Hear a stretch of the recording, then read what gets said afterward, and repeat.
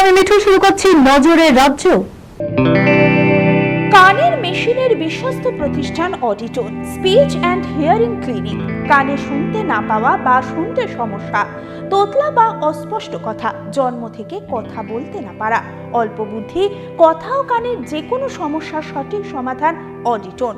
অভিজ্ঞ চিকিৎসকদের পরিষেবার সাথে পাবেন কানে শোনার পরীক্ষা ও যন্ত্র, কান ও গলার ছবি, speech therapy, OAE, BERA, ASSR, ENG, VNG, ইকজি, ভেস্টিবুলার, সাইকোলজিক্যাল পরীক্ষা ও কাউন্সিলিং। বিশদে জানতে যোগাযোগ করুন। রাজ্যে গড়াচ্ছে না ট্রাকের চাকা, ঢুকছে না ভিন রাজ্যের ট্রাকও, আর তারই প্রভাব পড়তে শুরু করেছে নিত্য প্রয়োজনীয় জিনিসপত্রে।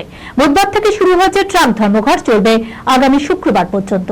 ভিন রাজ্য থেকে আসা মাছ, ডিম, বিভিন্ন কাঁচা আনাজ এবং ফলের পাইকারি বাজারের যোগান ইতিমধ্যেই টান পড়তে শুরু করেছে, আর তাতেই নিত্য প্রয়োজনীয় জিনিসপত্রের দাম বৃদ্ধির সম্ভাবনা তৈরি হয়েছে। বিভিন্ন নির্মাণ সামগ্রীর যোগানও ব্যাহত হচ্ছে। সুপ্রিম নির্দেশের পরেও কর্মবিরতির সিদ্ধান্তে অনড় জুনিয়র চিকিৎসকরা। স্বাস্থ্য ভবনের সামনে অবস্থান আন্দোলনকারীরা। এই পরিস্থিতিতে এবার আন্দোলনকারী চিকিৎসকদের বিরুদ্ধে সুর চড়ালেন মুর্শিদাবাদের ভরতপুরের তৃণমূল বিধায়ক হুমায়ুন কবির। বুধবার এই প্রসঙ্গে তিনি বলেন, যে কোনো মৃত্যু দুঃখজনক। আরজিকর মেডিকেল কলেজ ও হাসপাতালের নির্যাতিতার দোষীদের কঠোরতম শাস্তি আমরাও চাই। আন্দোলনকারীদের দাবি মেনে নিয়ে সিবিআই তদন্ত হচ্ছে, তাই বলে আন্দোলনকারী চিকিৎসকরা দিনের পর দিন কর্মবিরতি পালন করে যাবেন, এই জিনিস আর বরদাস্ত করব না। তিনি জানান, দিনের পর দিন পরিষেবা বন্ধ করলে প্রতিরোধের অধিকার আমারও আছে। পাবলিক মরছে, তাহলে ডাক্তাররা সুরক্ষিত থাকবেন কেন? বেনিবাধু তোমার বাড়ি যাব, জয় গোস্বামীর এই কবিতা বাঙালির অতি পরিচিত।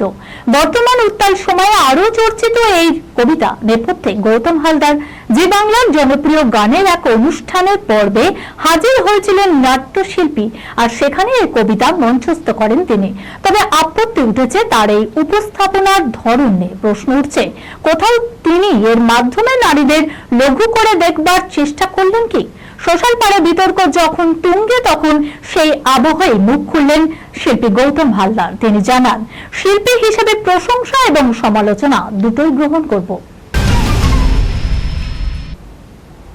আরজিকর কাণ্ডের পর থেকে মন খারাপের কালো মেঘ ঘনিয়েছে শহর জুড়ে।